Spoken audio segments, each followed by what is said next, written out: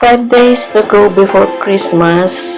Ready na ba ang lahat para sa pang Noche Buena at saka pang Medianoche?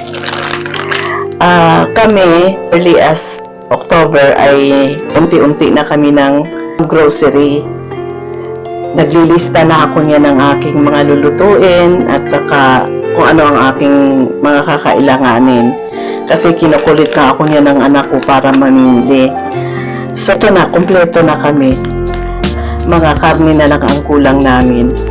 Ito, ang mga ganito ay mga bigay lang ito sa amin. Ito, ano to, galing sa barangay. Ito,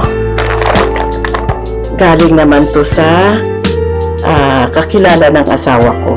Tapos, yung mga ito, ganito to. Ito, gagamitin ko to para sa aking homemade na barbecue sauce. Pang salad, macaroni salad, kasi yun ang gusto ng mga anak ko. Tapos, yung ano pa nga bang lulutuin ko. Ito para sa aking pasta. Kami kasi, pag Christmas, ang aking niluluto ay, chicken. Hindi ako nagluluto ng chicken pa Medianoche kasi nga, ayun, sabi daw nila, pag nagluluto ka daw ng manok, talubog ng bagong taon, ay lilipad daw yung biyaya. Kaya hindi ako nagluluto, pero joke lang. Hindi naman totoo yun. Hindi lang talaga ako nagluluto kasi pag Christmas, ang niluluto ko chicken lang.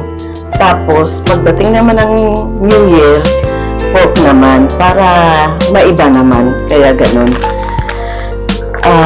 Ito para sa salad ko. Tapos, ang aking gagawin lang ay macaroni salad. Sa Christmas, hanggang hanggang pang New Year na namin yun. Kasi 4 lang naman kami sa bahay. Tapos, sa New Year, gagawa na lang siguro ako ng mango float. Pangdagdag na lang namin. Ganun lang.